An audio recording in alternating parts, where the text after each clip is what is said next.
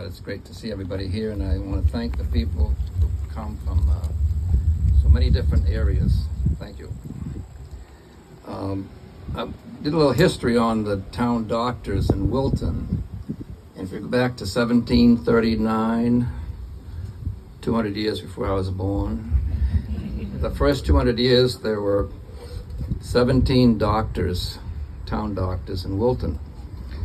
And if you take the 17 doctors and you figure out that's 12 years of service for a doctor. And you might wonder, well, why didn't they work longer than that? And I'll tell you why, because it was a tough job, really tough job. And one reason it was tough was because the offices were mainly in the homes. So at the bottom of the home, you had a waiting room, doctor's office, operating room, and my mother would work in the waiting room with people. So it was a tough life. And so Dr. Galloway came here after World War II, 1945. There was one doctor, apparently, I don't know who, between 1939 and 1945, so that would have been number 18, so I think my dad was number 19. I'm not sure of that, doesn't really matter. But it was a tough job.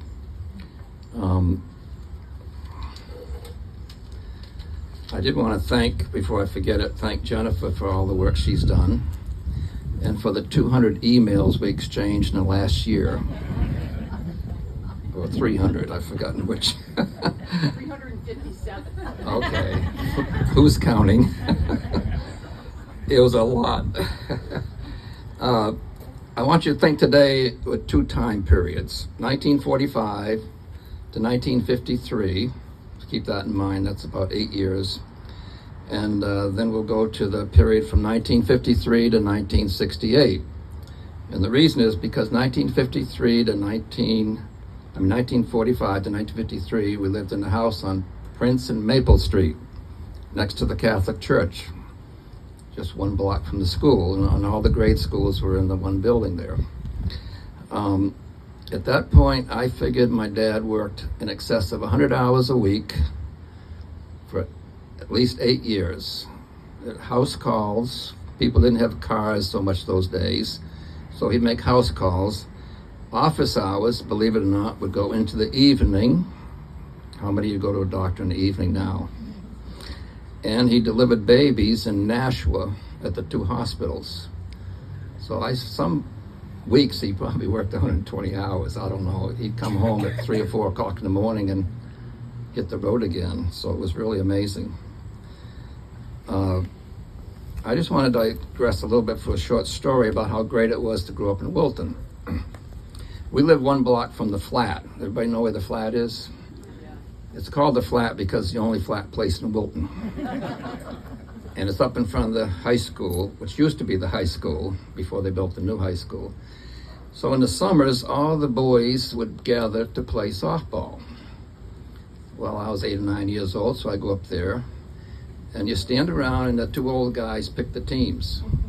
So a year or two, you don't hear much. So one day I heard Galloway, and I ran up to this guy and I said, "It's me." And he stands there and says, "Okay." I'm standing there and he says, "Well, what now?" He says, "What do you want me to play?" He says, "Right field." And I'm still standing there and he says, "What?" I said, "Where's right field?" So he pointed to the gymnasium with the maple tree over there. He said, "Go out, stand out there someplace. The ball comes out there, throw it back in." Anyway, about the 4th or 5th inning, I finally made it to first base, second base, and third base. And this is a true story, by the way. I'm standing on third base, and all I hear is Galloway, "Go home."